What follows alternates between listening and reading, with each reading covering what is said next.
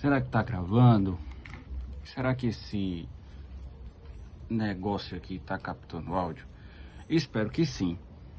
Eu ia gravar esse vídeo dentro de casa, mas os pedreiros do apartamento ao lado não deixaram. E tudo bem, eles têm que fazer o trabalho deles, não é verdade?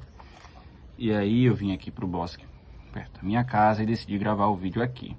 Tem um gato aqui roçando nos meus pés. Eu decidi entrar no hype e falar sobre Os Imortais. Se bem que eu fui um dos primeiros a ler Os Imortais, se é que isso vale de alguma coisa, não vale de nada. Mas só para dizer isso.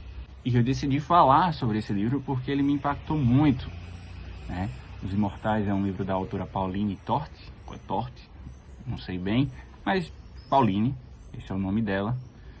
E ele foi publicado recentemente pela editora Fósforo, uma editora conceituada que publica livros aí de autores renomados e contemporâneos, com célebres frases e monólogos desafiantes, como a Tati Bernardi. Tá? Sobre o que fala Os Imortais. Os Imortais é um livro que, inicialmente, e quase durante todo o percurso, acompanha uma tribo de Neandertais, uma tribo que sofre muito pelos percalços da imigração, né? Ou, como a gente pode dizer, são pessoas errantes, que andam muito, que viajam muito e procuram abrigo, comida e tudo isso que a gente conhece, que os povos antigos faziam, né? Em determinado momento, essa tribo de Neandertais encontra uma caverna e acaba se confrontando com aquela que viria a ser a maior espécie destruidora do nosso planeta, que é o Homo sapiens, que, por sinal, continua aí até hoje, dizem. Após esse belo encontro, a tribo de Homo sapiens é destruída, é destrunada, é desempossada da sua caverna e uma garotinha sapiens é incluída ao grupo, né, por meio de um nascimento que se dá. Acho que os Neandertais ficaram com muita preguiça de se livrar dela e acabaram incorporando ela. Talvez eles fossem mais caridosos do que nós. Eu acho que a nossa espécie não faria um negócio desses. E já nessa primeira parte a gente já percebe uma diferença e encontro de espécies, que é essas espécies lidando com problemas distintos de maneiras bem distintas. O que talvez tenha sido isso que levou a extinção delas, né? Talvez eles fossem caridosos demais. Após passado alguns anos, essa garota, que durante todo o livro tem uma alcunha de menina, acaba se tornando a mulher do grupo. E a partir disso ela vai se descobrir no mundo, ela vai se descobrir naquele ambiente que rodeia ela. O livro ele não possui uma localização geográfica muito importante, naquele tempo não existiam fronteiras, e a partir disso a gente se dá com esse grupo e essa protagonista, que vai assumindo diversos títulos e cargos durante o decorrer do livro. Então, a partir dessa premissa, como você pode perceber, esse livro destoa um pouco do que o mercado editorial brasileiro vem publicando, né? Não parece ser um desses romances urgentes, mas é um desses romances talvez importantes, porque a partir do momento que ele destoa da grande leva de romances urgentes que vem sendo publicados no Brasil, a gente tem algo bem interessante ali. Afinal, a linguagem, ela é o mais legal do livro. Eu acho que se você tivesse que definir esse livro numa palavra, seria essa, talvez linguagem. E, poeticamente, fossem outras, como sonhos ou insistência, talvez, eu não sei.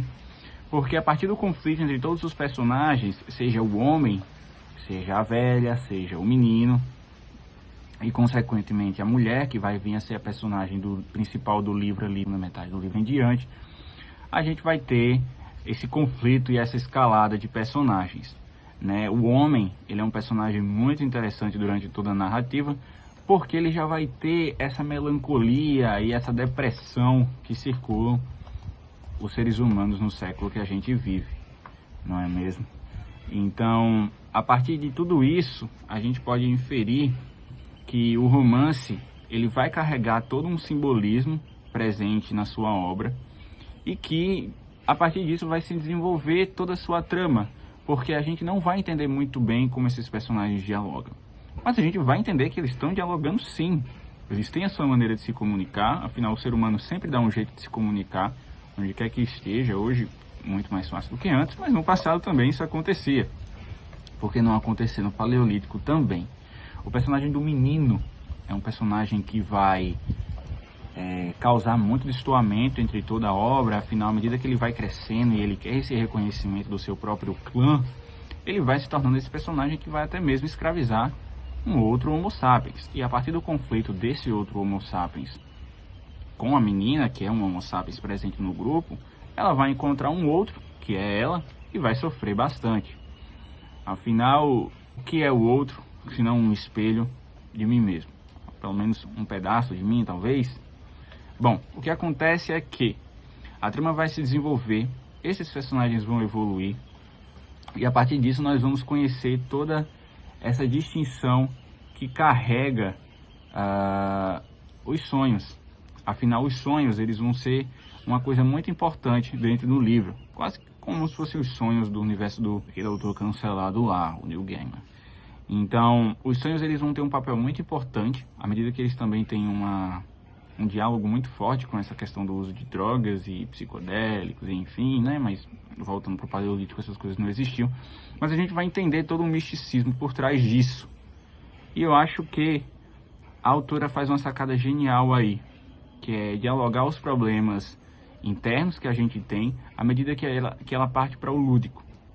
Então a Pauline ela vai desenvolver essa questão do sonhar, à medida que a personagem se encontra e se desenvolve e cresce dentro daquela trama. Mais para metade do final do livro, a Pauline vai desenvolver o encontro dessa garota sapiens com outros Homo sapiens, e o homem e o menino também encontrando o seu fim, né?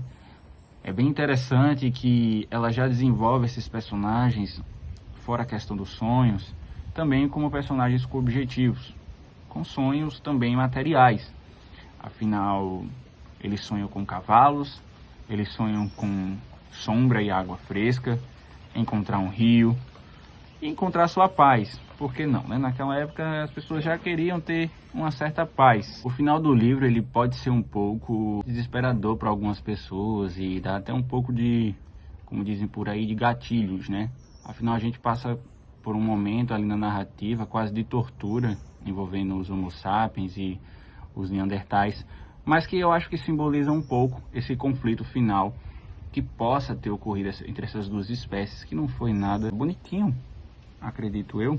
Então, se você for um desses chatos que vai querer uma precisão científica e um grande estudo envolvendo a vida dos Neandertais, por favor, não leia esse livro. A Pauline, ela cursou biologia na UNB, mas não concluiu o curso. Também não importa muito, ela também não é antropóloga. Mas é um livro que narra uma epopeia aos moldes das nossas queridas mitologias modernas e que faz muito jus ao seu título, né? O título ele tem uma sacada bem interessante porque você fica pensando onde é que ele se encaixa durante toda a obra. E talvez você não tenha essa resposta, mas para mim ele faz jus ao que é a obra. Meio essa urgência, né, de livros necessários. Ele definitivamente não é um livro necessário, mas é definitivamente um livro muito interessante no causo da literatura brasileira dos últimos anos, né? Então vale muito a pena a leitura, vale muito a pena toda a sua desenvoltura e narrativa. Ele lembra muito aquele livro Os Herdeiros, do vencedor do Nobel de Literatura William Golding, escritor do Senhor das Moscas. E é isso, tá? Leiam Pauline Torte, leiam este maravilhoso livro nacional lançado aí pela editora Fósforo. E a minha nota para o livro, qual a nota, gatinha? A minha nota para o livro é um 8 de 10 ou um 10 de 10. Não sei, ela tá dizendo aqui que é 10. Eu acho que talvez seja 10. Então é isso. Até o próximo vídeo, pessoal.